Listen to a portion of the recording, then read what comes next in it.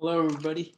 Here we're going to be talking about the 3.6 notes on transformations of functions. And so we got a couple of definitions here at the beginning that'll kind of get us started, and then we'll look at some examples. So first definition here, what is a family of functions? So all a family of functions are functions who have similar form, right? So if you can kind of group them together into the same type of form, then we call them a family. Now the parent function, okay, is the simplest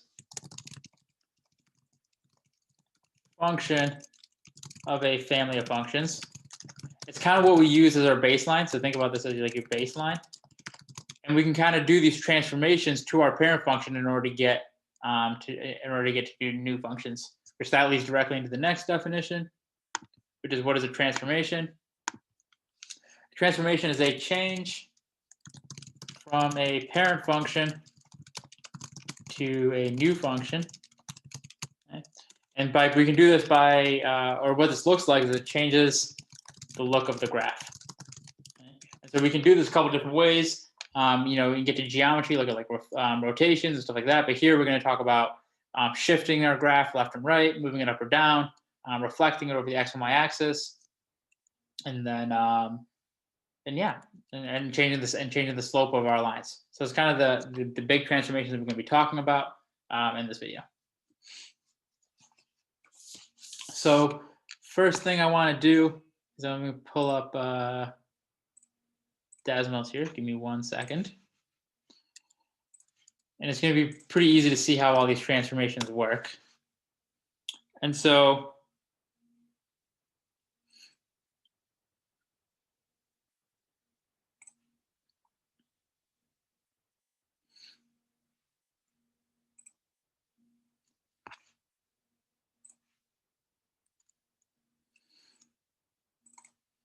okay, so we have a little graph here.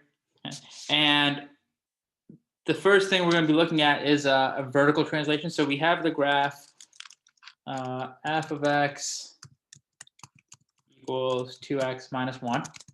Okay. And it says graph the following function to describe the transformation used of these graphs. And then our g of x is equal to f of x plus 3. Okay, and I want you to think, what do you notice between this red line and this blue line? What happened? Okay, so if I look at this point right here, 0, negative 1, and then we have a point here is 0, 2. Okay, so what happened there? Well, we kind of shifted everything up 3. And if I look at some other points on this graph, see, I got a point right here that's easy to see. We have negative 2, 5, and we have, see, negative 2, negative 2. Right, so here, again, we shifted everything up 3.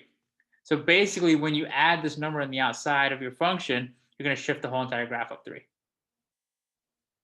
And if you look at the next one, well, instead of having the plus 3 on the outside, we're going to put it on the inside. And now what happened?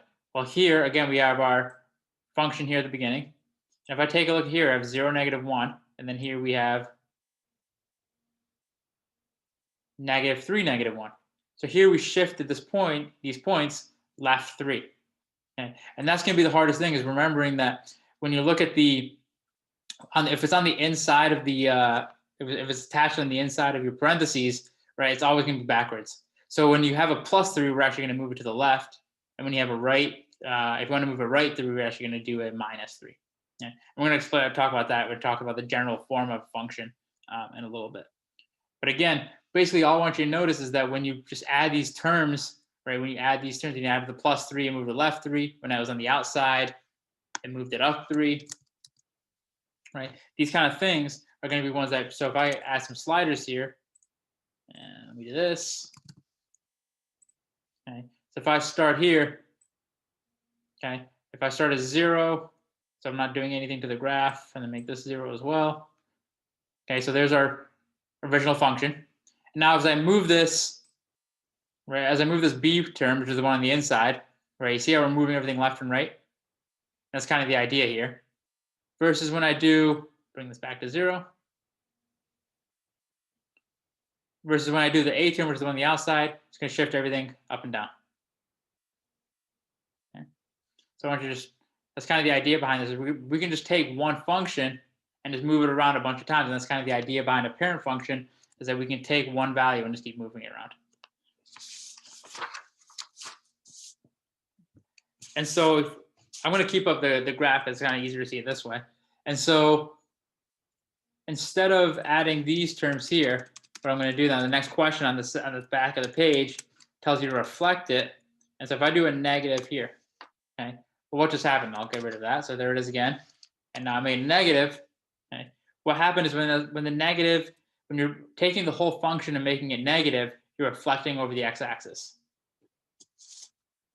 Again, this is taking the whole function, right, and making the whole thing negative. This is like putting a negative in front of this whole thing. Okay.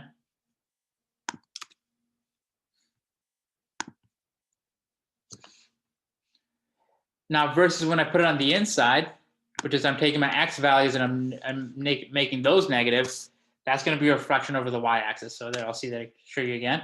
So there's that, and there you go. Right, we've reflected over the y-axis. And you can look at specific points to help you kind of see this. So if I do this, okay. And what you can notice, you can look at a couple different points, and you'll notice that you're just taking everything on your original function. And if I reflect it over my x-axis or my y-axis, I'm going to end up on another spot on the line. Okay. So that's kind of the idea behind all these.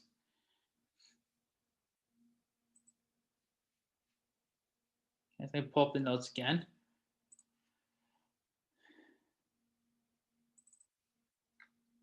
And so this little core concept box here that we have in the notes is kind of just re-emphasizes that. So again, the graph y equals f of x minus h is a horizontal translation. Okay, so the h is on the inside, and you have a plus k on the outside, which is going to move it up or down. Here, the negative f of x is a reflection of the x-axis, and you have, when you negate just the x values and then evaluate the function, that's going to be a reflection over the y-axis.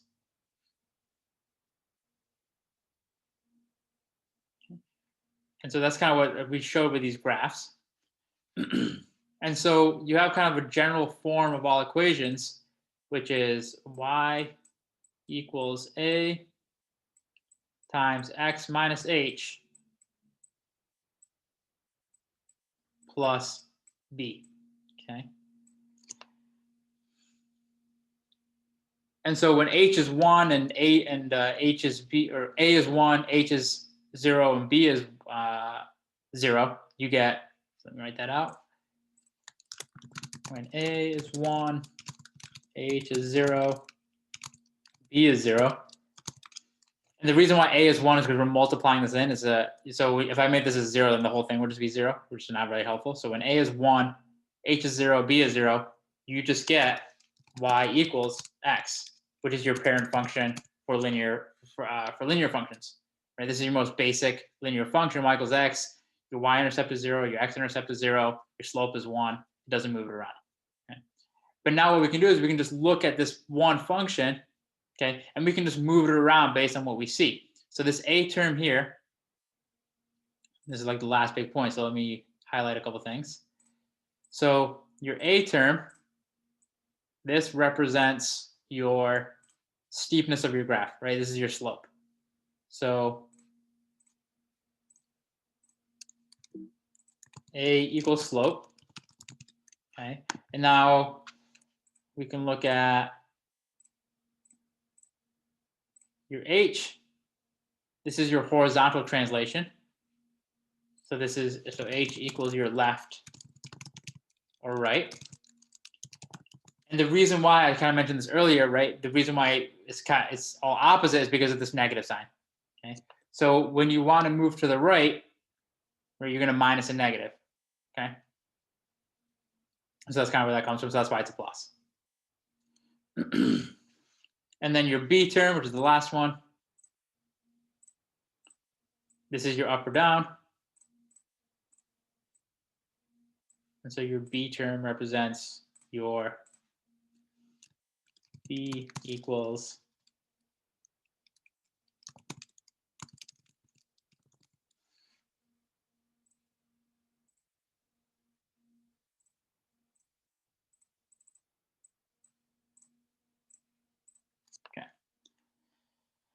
So now again, we just have one function and we can use that for all of our different graphs. Okay, so again, I'm going to go back to Desmos.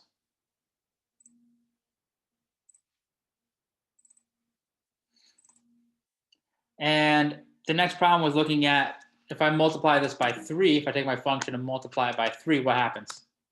Okay, so look at the slopes. Okay, so look at the steepness of these lines, look at the change in y over the change in x, and you see how this blue line became a lot steeper because I changed my slope, right? And if I made this a fraction, right, you see it becomes flatter.